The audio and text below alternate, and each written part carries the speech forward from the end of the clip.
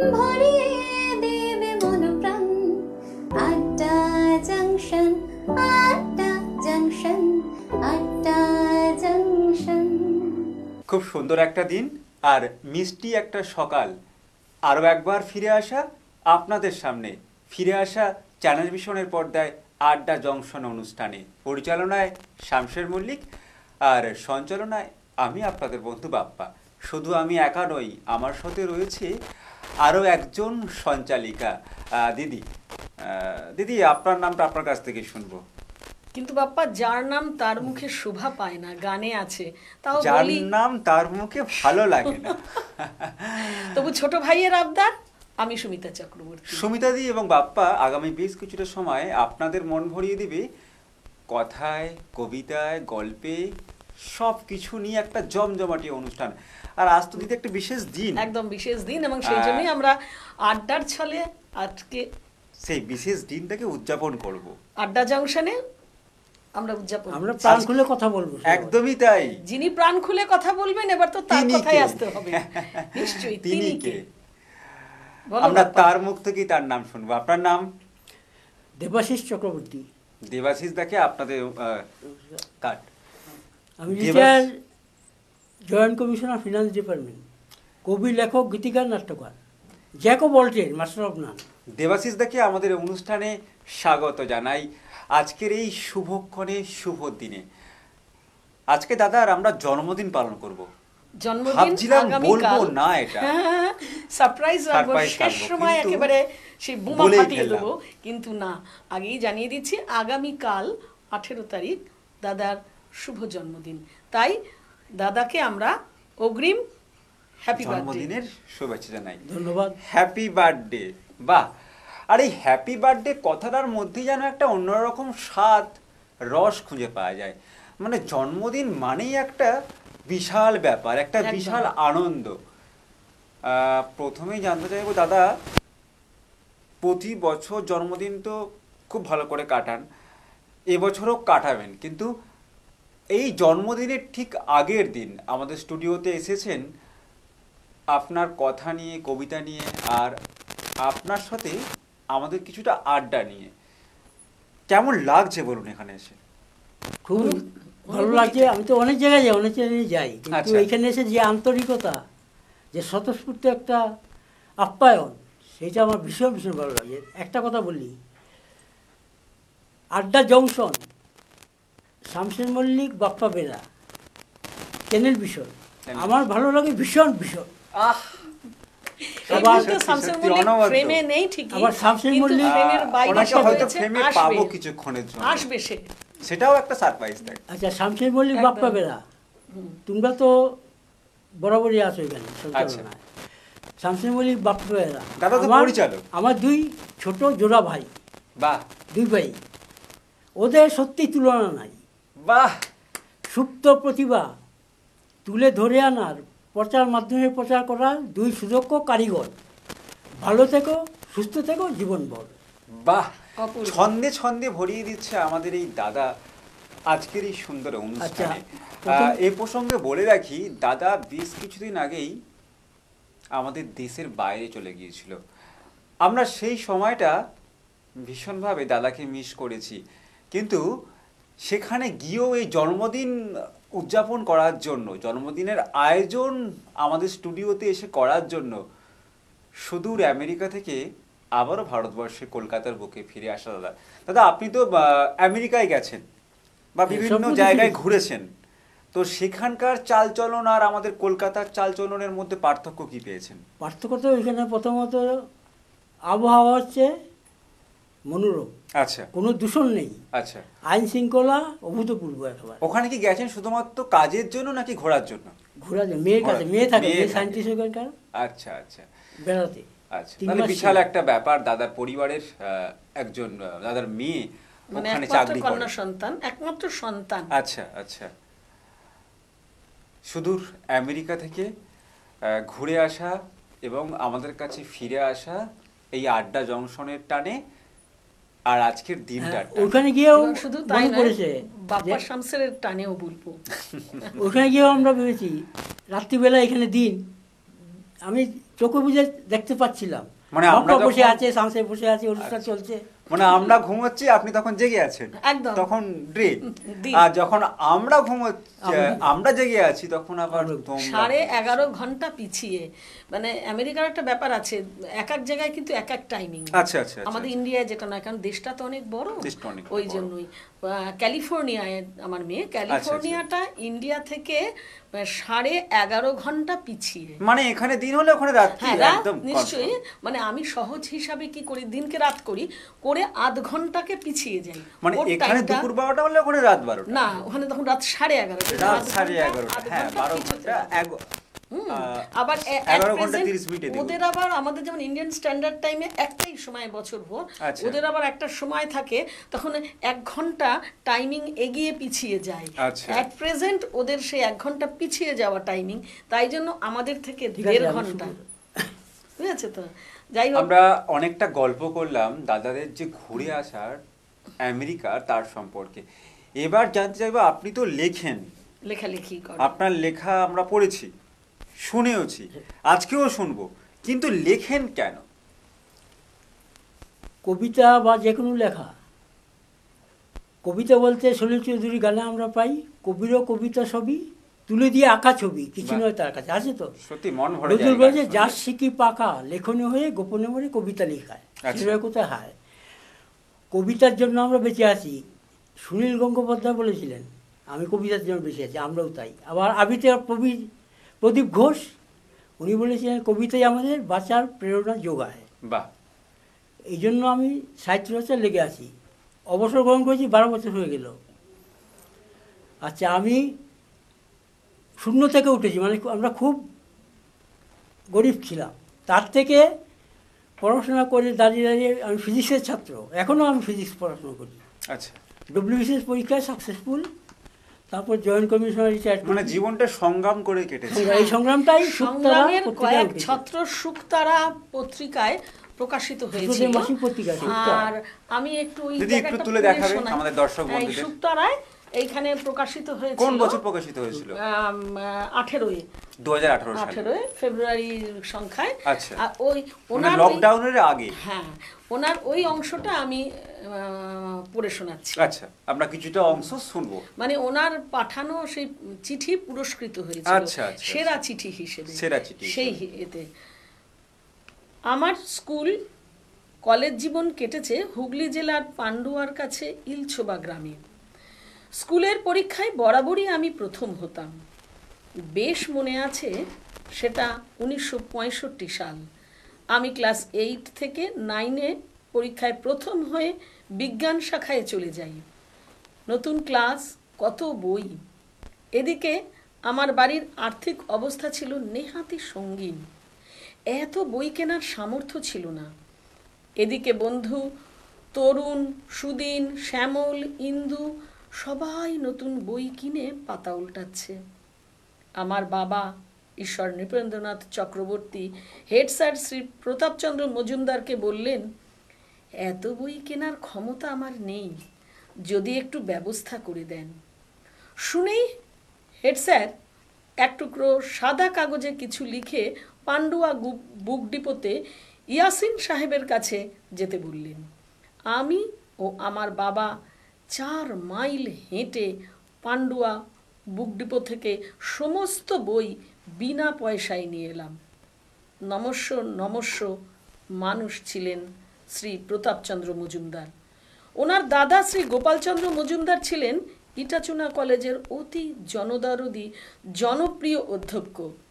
একটি বাচ্চাকে খন্নান স্টেশনে ট্রেনে কাটা পড়া থেকে বাঁচাতে গিয়ে নিজের জীবন বিসর্জন দিয়েছিলেন। পরার্থে জীবনদানের এই ঘটনা সমস্ত হুগলি জেলার মানুষ জানেন। শ্রী প্রতাপচন্দ্র মজুমদার মহাশয় চলে যাবার পর নতুন হেড স্যার এলেন শ্রী অধীর ব্যানার্জি মহাশয়। উনিও অতীব মহানুভব ছাত্রবৎসল মানুষ ছিলেন। 2 হেড স্যারের কথা স্মৃতির স্মরণেতে ভেসে উঠলে 2 চোখ জলে ভরে যায়। ওনারাই আমার জীবনের রোল মডেল।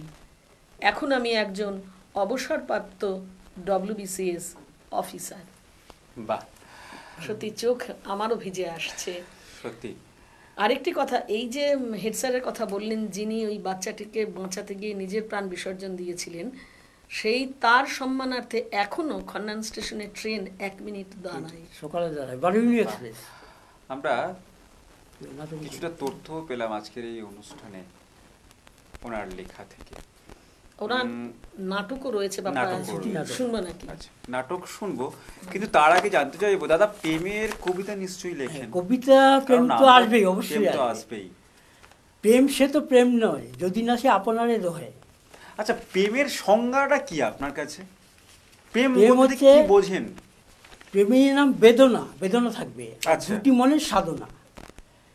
কি সহজে প্রেম তো- বুঝিয়ে দিলেন।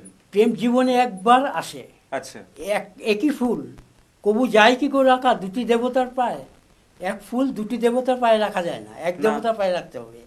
এই প্রেম মানে যে একটি ফুল। একজনের সাথে যে বেশ করেছি, প্রেম করেছি, করবই তো, এইসব না। গানে যা শুনি, প্রেম প্রেম হচ্ছে খুব সযত্নে নিবেদন। রাখতে হয়। দুজনাতে মুগ্ধ, দুজনার রূপে কত সুন্দর, দুজনার গীতালির ছন্দে তন্ময় দুজনার অন্তর। প্রেম বাহ, পূজা এই হচ্ছে মিলেমিশে প্রেম। একাকার। কি সুন্দর করে বুঝিয়ে দিলেন। মানে তাছাড়া এই যে প্রেমের জন্য সাধনা দরকার, সংযম দরকার, ধৈর্য দরকার।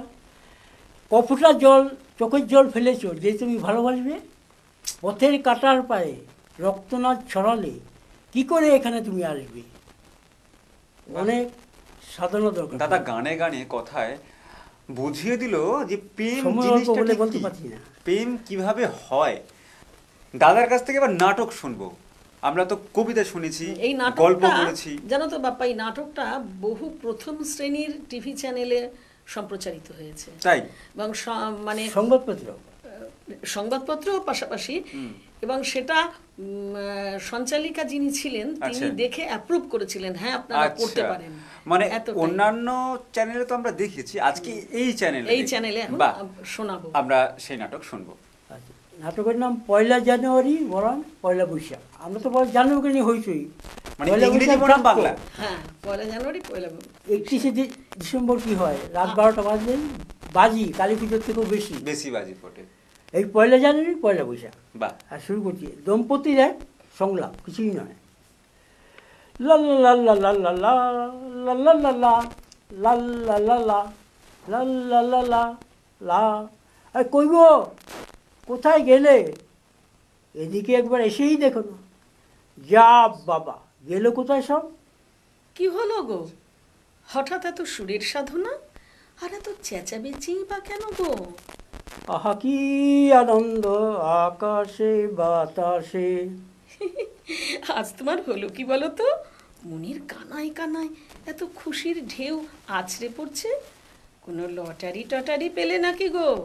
কি ব্যাপার সত্যি করে বলো তো। ওহো, ওই দেখো বুবাই আবার বাবা বাবা করে ডাকছে। আরে দাঁড়া দাঁড়া, মানুষটা এলো সবে অফিস থেকে, দেখছো একটুও থামে না। আই আই, তুমি জামা কাপড় ছাড়ো, আমি তোমার চা জল নিয়েও আসছি, আর দেখিও কি বলছি। আর জানো তো আজও সারা দুপুর ধরে না কি একটা বানিয়েছে, আমার মনে হয় তোমাকে দেখাবে বলে এত ডাকছে। তুমি বসো, তুমি বসো, আসছি আমি। সারাদিন শুধু ছেলে আর ছেলে। আরে ছেলে বাপটাকে একটু দেখতে হয়, সবই কপাল কপাল। এই যা শুনে পেলেনি তো, শুনতে পেলে আমার 9 বছর প্যান্টটাই মাটি হয়ে যাবে। তার চেয়ে বরং গান ধরি, মন যে খুশি খুশি আজ লা লা লা লা লা লা লা লা। আপনারা দেখতে থাকুন, শুনতে থাকুন, কি হয় কি হয়। এই বলো, হ্যাঁ এবার এসেছি, নাও তোমার চায়ের জলটাও বসিয়ে এসেছি। বলো লক্ষ্মীটি, এবার এত তোমার আনন্দের বহর শুনি। এই তোমার দোষ, এমন নিরস বউ। হুম, এমন নিরস বউ? তা সরস স্বামীটি তুমিই বলো, রসে বসেই বলো, আজ এত হল্লাবাজির কারণটা কি? আরে হাত পেছনে কেন? দেখি দেখি, কিছু লুকোচ্ছ। কোনো প্রাপ্তিযোগ মনে হচ্ছে। না, একদম না, দেখাবো না। তুমি এখন যাও তো, যাও তো। দেখাও দেখাও প্লিজ লক্ষ্মীটি, এবার বুঝেছি এই জন্য আজ তোমার প্রাণে আজ খুশির তুফান উঠেছে। এত করেই যখন বলছো তখন দেখিয়ে দিই, কি বলো? এত দেরি করছে, ওদিকে জল ফুটে যাবে, তাড়াতাড়ি। তোমার নববর্ষে গিফট খুলেই দেখো না। ও মা, এই যে হীরের নেকলেস গো। পছন্দ হয়েছে ম্যাম সাহেব? পছন্দ কি গো, আমার তো পালস রেট বেড়ে যাচ্ছে গো। ওরে বান্টি, এদিকে আয়, দেখ দেখ, এই আসার সময় গ্যাসটা নিভিয়ে আসিস তো। দেখ কি সুন্দর হীরের নেকলেস। এই এই এই দেখ, আমাকে পরে খুব ভালো লাগছে না? এই দেখো দেখো, সুন্দর দেখাচ্ছে তো। কিন্তু হ্যাঁ। কিন্তু বলো একটা কথা, কিন্তু এত দামি জিনিস হঠাৎ কেউ কেনে? তাছাড়া আমরা সামনের মাসে দক্ষিণ ভারত বেড়াতে যাব, কি বলিস বান্টি, তাই না? দেখো ছেলেও মাথা নাড়ছে, তুমিই শুধু বোঝো না, তার মধ্যে এত খরচা কেউ করে? ওই বলছিলাম না, রসকসই বউ কোথাকার, জানো না?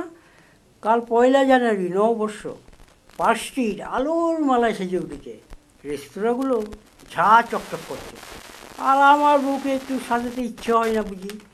কোথায় আনন্দ করবে তা না, কেবল হিসেবের সাত কাহন। মা গো মা, 1 জানুয়ারি নববর্ষ বুঝি? ও হলো নিউ ইয়ার ইংরেজদের। ইংরেজদের গোলামি করতে লজ্জা হয় না?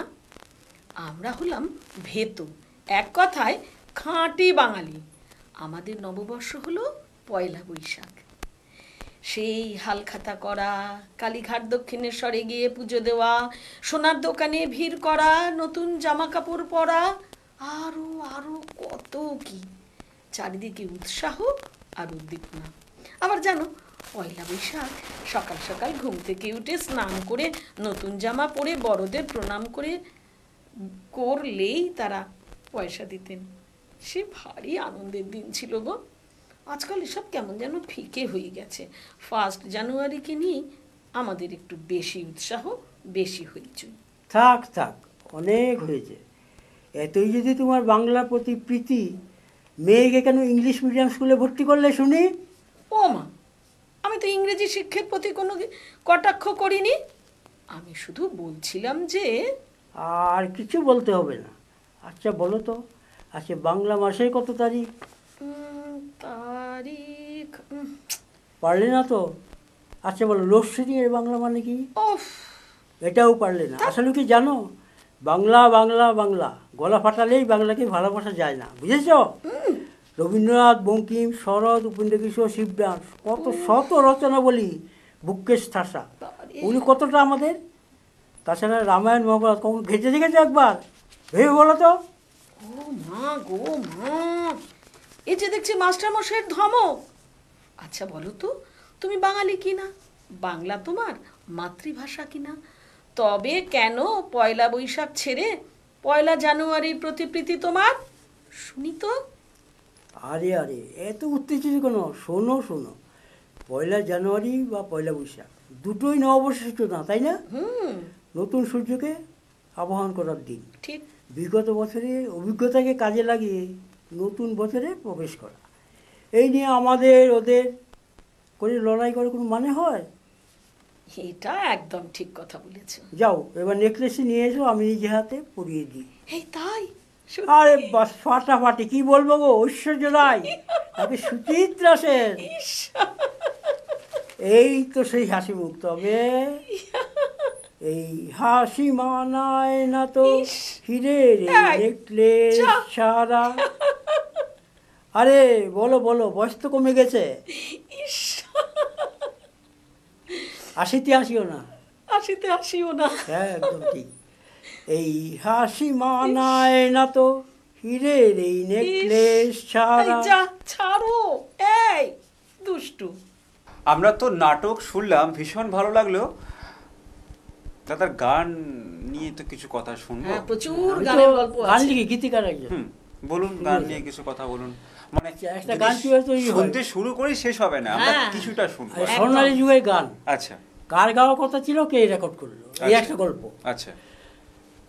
সতীনাথ মুখোপাধ্যায় স্বর্ণালী যুগের একজন মরমী সুরকার শিল্পী। আচ্ছা। উনি পবিত্র মিতের লেখা একটা গান সুর করে হারমোনিয়াম বাজিয়ে নিজের ঘরে গাইছেন। আচ্ছা। পাশের ঘর থেকে উৎপল সেন ছুটে এসে বললো, ভারী সুন্দর সুর করেছ, গানটা কাকে দিয়ে রেকর্ড করাবে? সত্যেন্দ্র মুখোপাধ্যায় বলে কেন পান্নালাল ভট্টাচার্যকে দিয়ে। তখন উৎপ্রাসন শিখি, সে তো শ্যামাসঙ্গীত গায়, আধুনিক গান গাইবেন? হ্যাঁ গায়। তার উৎপ্রাসন বলে আমার একটা কথা শুনবে, বলো। বোম্বের লতা মঙ্গেশকর বাংলা গান গাইতে চাইছে, ভারী মিষ্টি গলা, ওকে দিয়ে গানটা রেকর্ড করো, গানটা কালোজয়ী হবে। উৎপ্রাসনের কথা সতীনাথ ফেলতে পারেন না, অবশ্যই তাই হলো। তারপর তো ইতিহাস, লতা মঙ্গেশকরের প্রথম আধুনিক বাংলা গান, গীতিকার পবিত্র মিত্র, সুর সতীনাথ মুখোপাধ্যায়। গানটা ছিল আকাশ প্রদীপ জলে দূরের তারার পানে চেয়ে, আমার নয়ন দুটি শুধুই তোমারে চাহে, ব্যথার বাদলে যাইছে। আকাশ প্রদীপ জলে দূরের তারার পানে চেয়ে। আর একটা গান হচ্ছে সুদিন দাশগুপ্ত সুর করছেন, শ্যামল মিত্রের গান। সুদিন দাশগুপ্তের ছেলে কিশোর, তার পরিচালকও কিশোর, দুজনে মিলে সুদিন দাশগুপ্তকে বলছে গান কাকা বলে ডাকতো, আমাদের ছোটোদের জন্য একটা গান সুর করুন। কিন্তু ব্যস্ত মানুষ, হবে কোন রোজ ওরা তাকাতে যায়, কাকা কবে গান হবে। একদিন সত্যি লিখে ফেললেন, পরিচালকের নাম ছিল বাহাদুর ছেলেটার, সে নিয়ে সুর করলেন। ছোট্ট বাহাদুর যাচ্ছে অনেক দূর, বাজার থেকে আনতে কিনে গরম চানাচুর। এই সুরটা 1969-এ শ্যামল পুজোর গান হয়েছে। কি নামে ডেকে বলবো তোমাকে, মন্দ করেছে আমাকে ওই দুটি চোখে।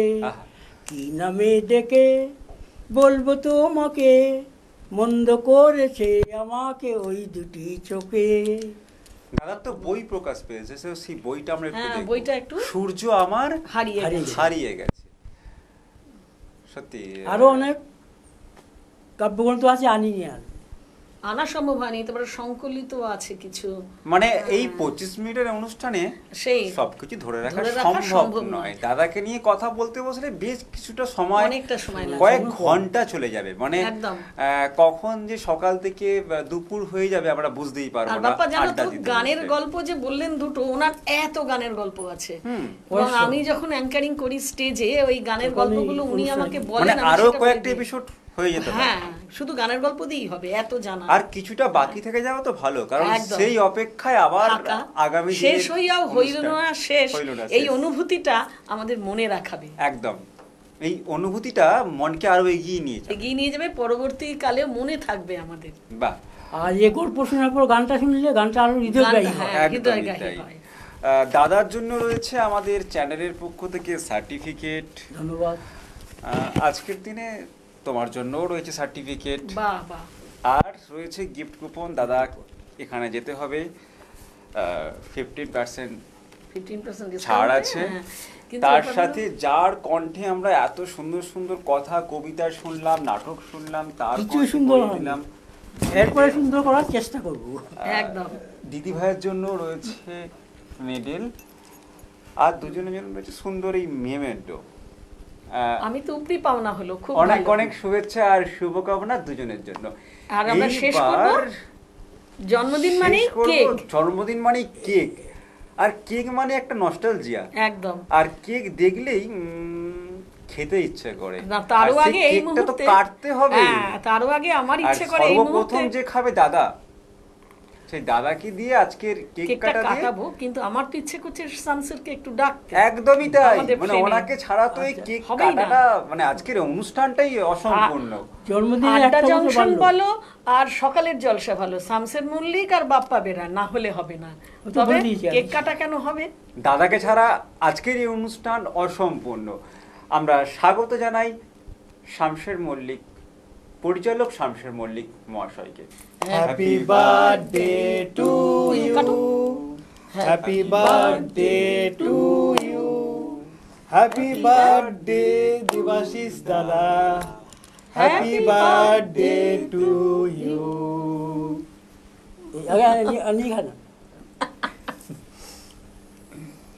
আর এই মুহূর্ত স্মৃতি হয়ে আমরা এতক্ষণ চ্যানেল পিছনে যে জন্মদিন পালন, এটা একটা অভিনব, একদমই সারা জীবন মনে থাকবে। আমরা এতক্ষণ ছিলাম আড্ডা জংশন অনুষ্ঠানে, এই নিয়ে কিছু লিখে ফেলতে পারি পরে। আর ছিলাম আমি আপনাদের বন্ধু বাপ্পা, আর আমার সাথে শামসের